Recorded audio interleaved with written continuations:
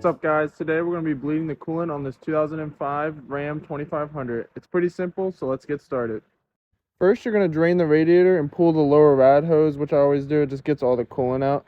On this driver's side at the bottom, see if it'll focus, down there's the drain plug on the right side of the radiator.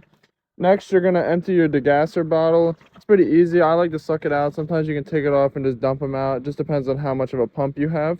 So then you move on to the bleeding process. To begin, you're going to want to get one of these non-spill funnels. This is so the air bubbles can leave and the fluid can get sucked down. They sell these at Harbor Freight pretty cheap. They have a bunch of fittings for all different vehicles.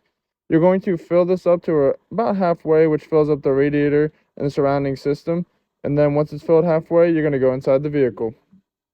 Once inside the vehicle, you're going to look at your heating controls. You're going to turn your heat all the way up, your fan all the way up, and then you want to turn it into the recirc mode. Right here, you see it on your vehicle. This will allow the coolant to move through your heater core easier and allow the heat to disperse, heat up the car, bleed the bubbles easier. And then you're going to start the vehicle.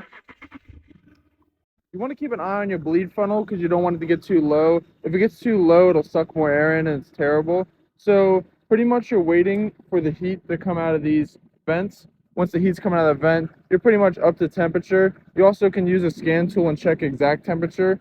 And if your car does have fans, you want the fans to cycle. And on smaller vehicles, you want to lift up the front or put it at an elevated surface.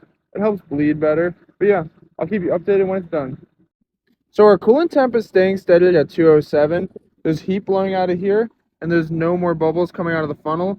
At that point, you're pretty much done. I always give it a little extra time just to make sure.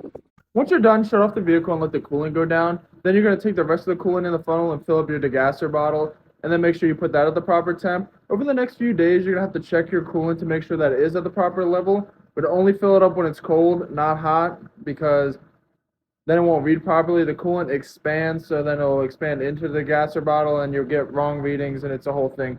On certain vehicles, there's also a bleeder screw to bleed your coolant and let air out. A good example of this is Nissan with their VQs, that has one. But if you're looking for work or to get your car's coolant changed, check out our website. It's in our bio, and then we can get back to you as soon as possible after you fill out a form. Thank you.